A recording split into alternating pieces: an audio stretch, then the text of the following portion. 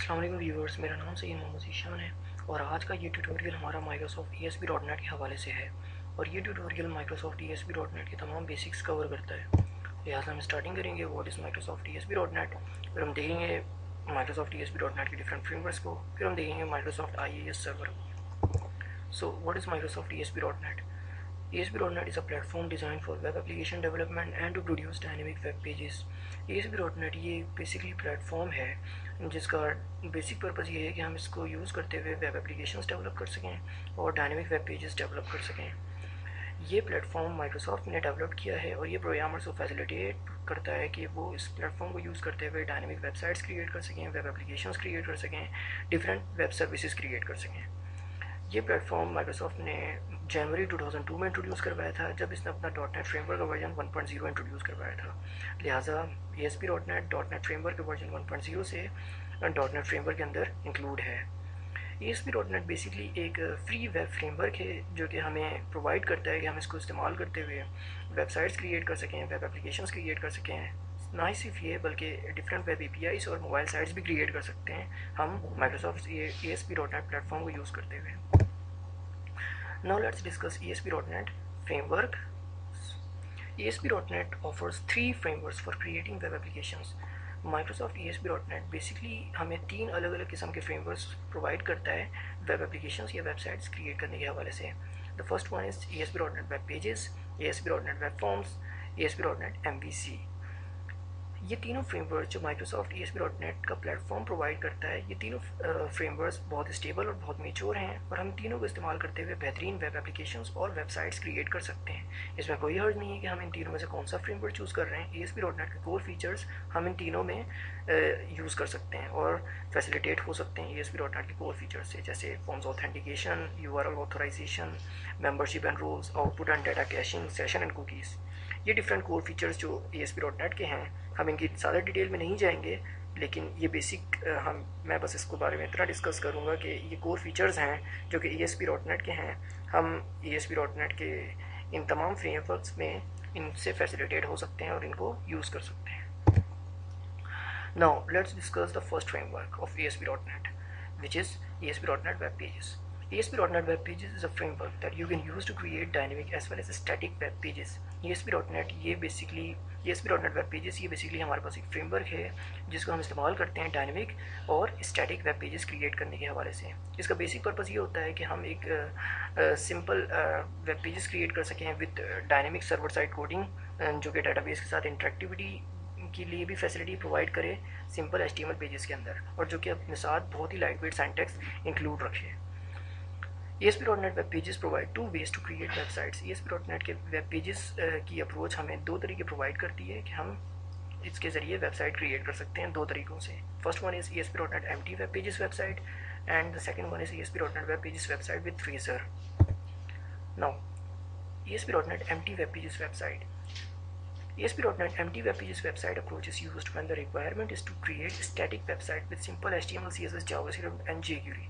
अब जब हमारे पास रिक्वायरमेंट कुछ इस तरह की होती है कि हमें सिंपल एक स्टैटिक वेबसाइट क्रिएट करनी है जिसमें सिंपल HTML, CSS, JavaScript और jQuery शामिल हो और यूज़र को सिर्फ इन्फॉर्मेशन शो हो रही हो, तो इस तरह की स्टैटिक वेबसाइट के लिए हम ASP.NET Empty Web Pages website की अप्रोच इस्तेमाल करते हैं।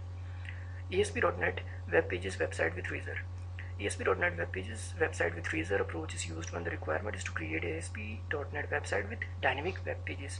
ASP.NET Web Pages website with Razor की अप्रोच हम तब इस्तेमाल करते हैं जब हमारे पास रिक्वायरमेंट होती है कि हमें डायनेमिक वेब पेजेस क्रिएट करने हैं। मतलब ये कि एक ऐसे वेब पेजेस क्रिएट करने हैं जो कि यूज़र के साथ इंटरेक्टिविटी अप्लाई करते हो, इम्प्लीमेंट करते हो, डाटाबेस हैंडलिंग इम्प्लीमेंट करते हो और डाटाबेस के साथ इंटरेक्टिविटी क्रिएट करते हो, और ये सारा काम इम्प्लीमेंट कर रहे हो जो पेजेस, यानी कि ये सारा डायनेमिक बिहेवियर जो पेजेस इम्प्लीमेंट कर रहे हैं। तो अगर इस तरह की हमारे पास रिक्वायरमेंट है तो फिर हम ASP.NET web pages website with razor की अप्रोच को इस्तेमाल करते हैं। ना ये सारा डायनेमिक बिहेवियर इम्प्लीमेंट करने के लिए ASP.NEट बेसिकली रेजर का सिंटैक्स इम्प्लीमेंट करता है अपने अंदर, जो कि फास्ट अप्रोचेबल और लाइट वेट सिंटैक्स होता है जिसके ज़रिए हम सर्वर साइड कोडिंग कर सकते हैं अपने HTML पेज के अंदर, और ये हमें फैसिलिटीज़ प्रोवाइड करता है डिफरेंट डायनेमिक बिहेवियर को इम्प्लीमेंट करने की अपने HTML पेज के अंदर, डाटाबेसेस के साथ कनेक्ट करने की और इसके अलावा और भी बहुत कुछ करने की। Now let's discuss what is razor syntax.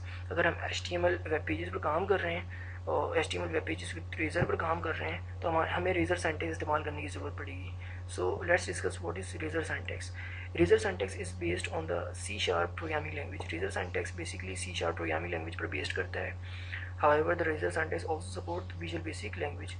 अगर हम विजुअल बेसिक को यूज़ करते हुए अपने वेब पेजेस डेवलप कर रहे हैं तो हम उसमें भी रेजर सिंटैक्स यूज़ कर सकते हैं. इसके अलावा अगर हम C# को यूज़ करते हुए अपने वेब पेजेस डेवलप कर रहे हैं तो हम उसमें भी रेजर सिंटैक्स इंप्लीमेंट कर सकते हैं. लिहाजा ये दोनों लैंग्वेजेस को सपोर्ट करता है और ये बेसिकली C# प्रोग्रामिंग लैंग्वेज पर बेस्ड करता है. रेजर सिंटैक्स एक सिंपल प्रोग्रामिंग सिंटैक्स है, यानी कि हम इस प्रोग्रामिंग सिंटैक्स को अपने वेब पेज के अंदर एम्बेड कर सकते हैं as a server side coding के तौर पे. In a web page that uses the Razor syntax, there are two kinds of content. वो वेब पेज जो कि रेजर सिंटैक्स को इम्प्लीमेंट करता है वो दो किस्म के कंटेंट बेसिकली शो करता है. एक क्लाइंट कंटेंट जिनमें HTML tags, plain text, CSS और क्लाइंट साइड स्क्रिप्टिंग जैसे जावास्क्रिप्ट और JQ शामिल है, और दूसरा वो सर्वर साइड कोडिंग जो कि रेजर सिंटैक्स को इम्प्लीमेंट कर रही है. लिहाजा ये दो कंटेंट शो करता है वो पेज जो कि रेजर सिंटैक्स को इम्प्लीमेंट करता है. Now how razor syntax actually works. Razor syntax basically काम किस तरह कर रहा है. होता ये है कि जब क्लाइंट का ब्राउज़र रिक्वेस्ट करता है किसी ASP.NET वेब पेज के हवाले से, तो अगर वो ASP.NET web page razor syntax को अपने अंदर इम्प्लीमेंट करता है तो सबसे पहले उस रेजर सिंटैक्स को एवेल्यूएट किया जाता है और उसका फाइनल जो आउटपुट आता है उसको HTML के अंदर इम्बेड कर दिया जाता है और एक फाइनल रिजल्टेंट HTML क्रिएट की जाती है. लिहाजा होता ये है कि सबसे पहले रेजर सिंटैक्स को सर्वर साइड पर रिजॉल्व किया जाता है, उसका जो फाइनल आउटपुट बनता है उसको HTML के सिंटैक्स के अंदर इम्बेड कर दिया जाता है और एक फाइनल इस तरीके से एक रिजल्टेंट HTML क्रिएट की जाती है. जो फाइनल रिजल्टेंट HTML क्रिएट होती है उसको क्लाइंट के सिस्टम पर या क्लाइंट के ब्राउज़र पर एज अ रिस्पॉन्स सेंड कर दिया जाता है. लिहाजा ये पूरा आर्किटेक्चर होता है कि किस तरीके से रेजर सिंटैक्स काम करता है.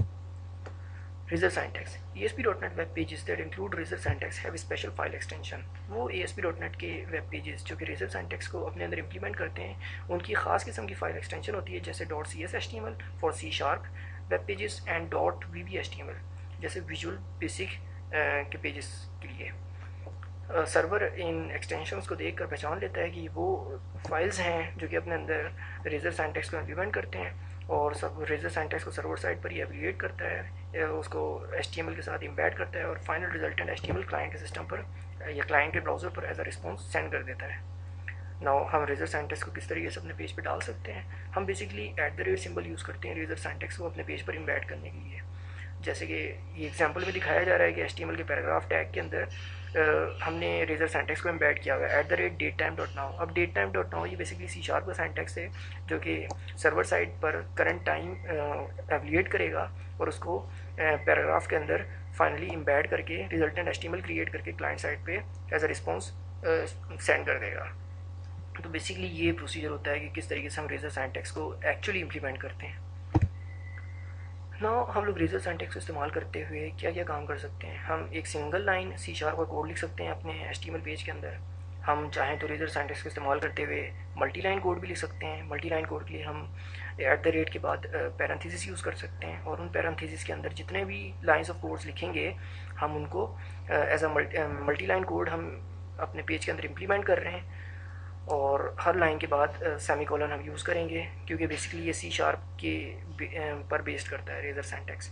हम इसके अलावा रेजर सिंटैक्स को यूज़ करते हुए वेरिएबल्स भी डिक्लेयर करा सकते हैं और उन वेरिएबल्स को अपने पूरे HTML पेज में कहीं पे भी यूज़ कर सकते हैं. जो भी वेरिएबल हम रेजर सिंटैक्स के अंदर डिक्लेयर कराएंगे वो पूरे HTML पेज में एज अ ग्लोबल हम यूज़ कर सकते हैं. हम इसके अलावा रेजर सिंटैक्स को यूज़ करते हुए लूप्स, कंडीशंस और वो सारा यूज़ कर सकते हैं जो हम C# में कर सकते थे. ASP.NET Web Forms. ASP.NET Web Forms is a part of the ASP.NET platform. ASP.NET Web Form भी एक पार्ट है, एक फ्रेमवर्क है ASP.NET प्लेटफॉर्म का. The pages in ASP.NET Web Forms approach are written using a combination of HTML server controls and server code. वो pages जो ASP.NET Web Forms की approach को इस्तेमाल करते हुए बनाए जाते हैं वो बेसिकली HTML सर्वर कंट्रोल्स और सर्वर साइड कोडिंग का कॉम्बिनेशन इस्तेमाल करते हैं. यानी ये तीनों चीज़ें का कॉम्बिनेशन अप्लाई होती हैं उन पेजेस के अंदर. जब भी यूज़र रिक्वेस्ट करता है एक ऐसी ASP.NET वेब पेज की जो कि वेब फॉर्म्स की अप्रोच को इस्तेमाल करते हुए या वेब फॉर्म्स के फ्रेमवर्क को इस्तेमाल करते हुए बनाया गया है, तो जो सारे के सारे सर्वर कंट्रोल्स होते हैं या सर्वर साइड कोडिंग होती है वो पेज के अंदर वो सर्वर साइड पर ही कंपाइल होती है और एग्जीक्यूट होती है, और फाइनल एक रिजल्टेंट HTML जो जनरेट होती है वो क्लाइंट के सिस्टम पर या क्लाइंट के ब्राउज़र पर एज अ रिस्पॉन्स सेंड कर दी जाती है, और क्लाइंट का ब्राउज़र उसको रेंडर करके एक फाइनल एक सिंपल HTML के तौर पे शो कर देता है। ASP.NET Web Forms is based on traditional window type controls, buttons, list, etc. ASP.NEट Web Forms की अप्रोच जो है basically traditional window type controls को अपने अंदर इंप्लीमेंट करती थी, जैसे बटन्स, लिस्ट और एक्सेट्रा। हम टूल बॉक्स से इन बने बनाए फ्रेमवर्क्स को यूज़ करते थे, इन बने बनाए बटन्स को, लिस्ट को और इन तमाम चीज़ों को इस्तेमाल करते थे, और अपने ASP.NEट Web Form के पेज पर हम इनको ड्रैग एंड ड्रॉप इम्प्लीमेंटेशन होती थी इनकी, और हर बटन या लिस्ट या डिफरेंट जो भी हम कंट्रोल यूज़ कर रहे हैं उसके इवेंट बेस पर उसकी फंक्शनैलिटी इंप्लीमेंट करते थे हम। तो ये टोटल सिनेरियो होता था ASP.NET वेब फॉर्म्स का। Now ASP.NET MVC, let's first discuss what is basically MVC. MVC stands for Model View Controller. It is basically a software architectural pattern which separates a software application into three main components.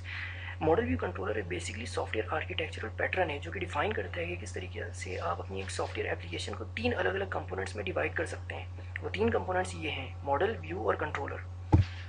Basically इसमें model क्या काम कर रहा होता है कि model हमारे पास basically application का सारा डाटा लॉजिक हैंडल करता है, यानी कि जितना भी बिजनेस लॉजिक होता है वो हमारा मॉडल हैंडल करता है। यानी हमारी डाटाबेस में जितने भी टेबल्स हैं, हर टेबल के रेलिवेंट यहाँ पर अलग अलग मॉडल्स डिफाइन किए जाएंगे, और टेबल्स के अंदर जितनी भी फील्ड्स हैं मॉडल्स के अंदर वो एज अ प्रॉपर्टीज़ या वो एज अ फील्ड्स ही इस्तेमाल की जाएंगी। यानी हमारे डाटाबेस के अंदर अगर 5 टेबल्स हैं तो हम 5 मॉडल अपने जो है एप्लीकेशन में यूज़ करेंगे।